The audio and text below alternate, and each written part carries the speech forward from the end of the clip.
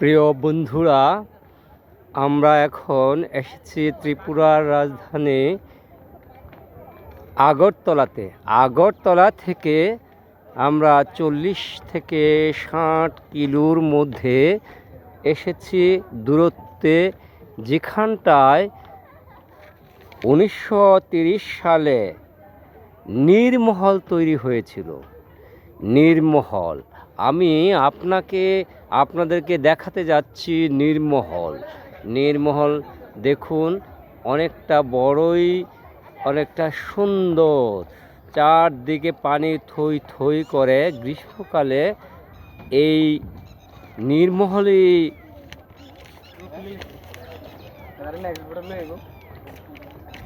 মহারাজা বীর বিক্রম কিশোর মাণিক্য এখানটায় এসে সময় কাটাতেন। তার রাজবংশের লোকজনদেরকে নিয়ে এসে আমরা এখানটায় এসেছি। দেখুন বন্ধুরা, অল্প পরিসরে হলেও আমি যতটুকু চেষ্টা সম্ভব হচ্ছে আমি চেষ্টা করে যাচ্ছি আপনাদেরকে দেখানোর জন্য। বন্ধুরা দেখুন, এখানটায় কি লাইন পড়ে গেছে ভেতরে ঢোকার জন্য। 1930 সালে তৈরি করেছিলেন ত্রিপুরার শেষ মহারাজা বীর বিক্রম কিশোর মাণিক্য বাহাদুর। তিনি গ্রীষ্মকালীন সময়ে বিনোদনের জন্য এই প্রাসাদটি নির্মাণ করেছিলেন। এখানটায় উনি সকল সময় থাকতেন না, শুধুমাত্র গ্রীষ্মকালীন ছুটি কাটাতে এখানে আসতেন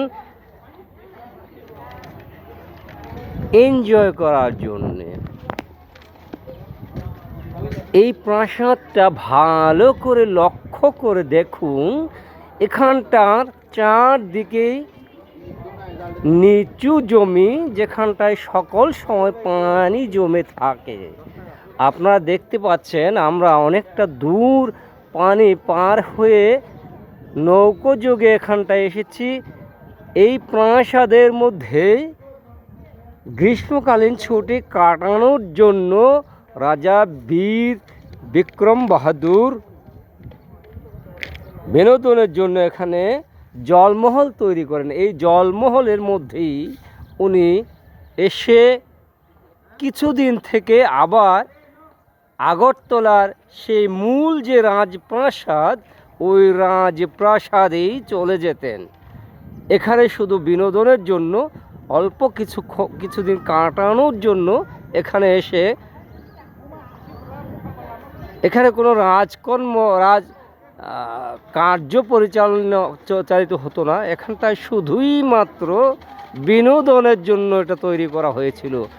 প্রিয় বন্ধুরা, আমি আপনাদেরকে আবার দেখাবো ভিতরে ঢুকে ঘুরে ঘুরে আপনাদেরকে আমি দেখাবো। এখানটায় দেখুন, দুটি বোন দাঁড়িয়ে আছে। ওনারাও এসছেন আমাদের মতো এইখানটায় দেখতে। ওনারা উপভোগ করছেন এইখানকার যে পানির উপরে ভাসমান যে রাজপ্রাসাদের সৌন্দর্য, সেই সৌন্দর্যটুকুকেই ওনারা উপভোগ করার জন্য এসেছেন। এই রাজবংশের